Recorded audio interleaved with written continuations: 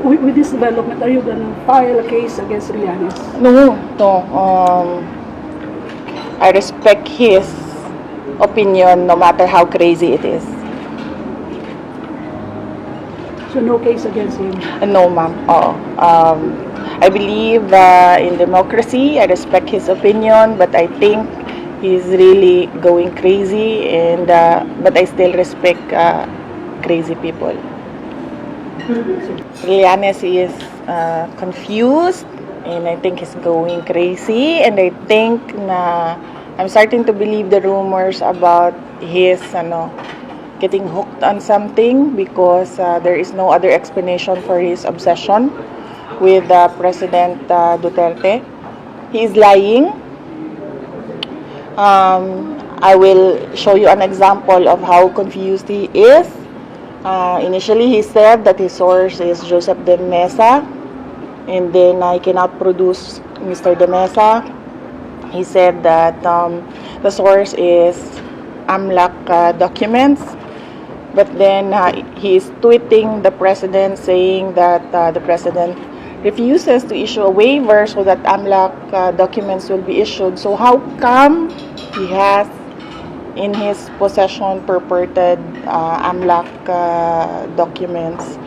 So dito lang nakikita natin na he's not really making sense. So it is not helping the country. Taking down the president will not help the country. Of the Senate as a part of the legislative branch of government. So if there is any subpoena to subpoena, ma'am. But if it's just an invitation, I do not think I will attend. But if it is a subpoena with the penalty of contempt, then I might, I will go in that end.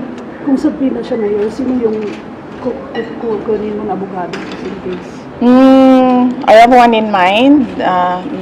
I already have a lawyer since during the campaign before the elections.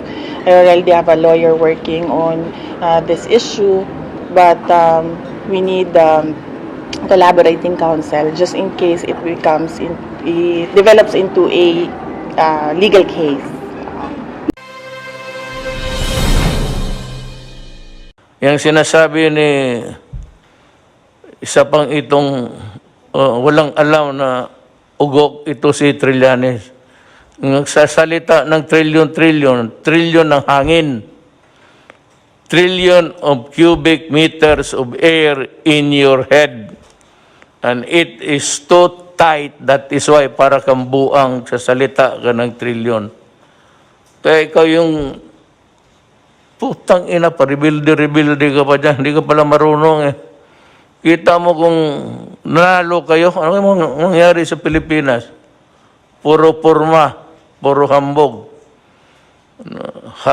puro hamon, at batukan mo raw ako, sabihin ko sa driver ko, sampalin ka.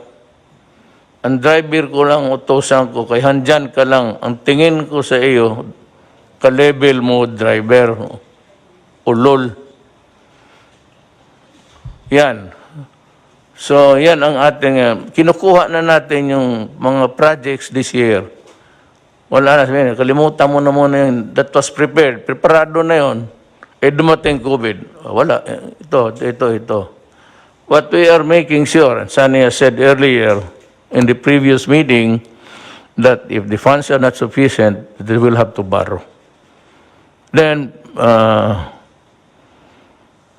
if the borrowed money is not enough, then we have to sell the assets.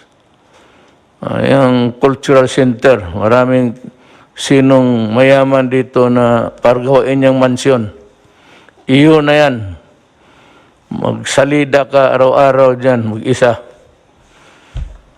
Lahat ng lupa, ipagbili ko para itulong ko sa tao kasi why am I talking this way? You know why?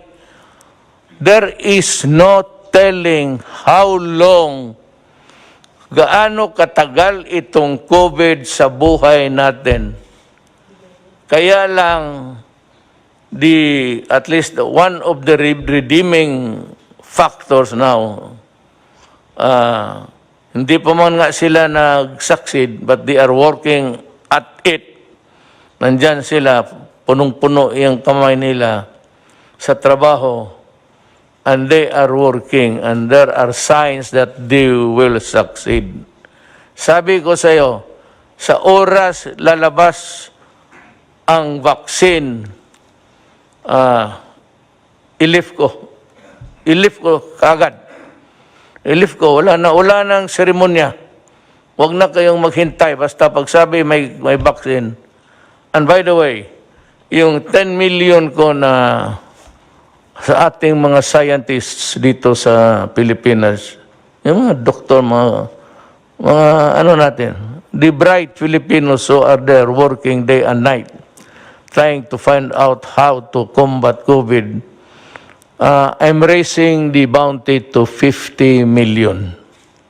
50 million ho ang ibigay ko sa grupo because it is a collegial thing, hindi naman sa isang tao.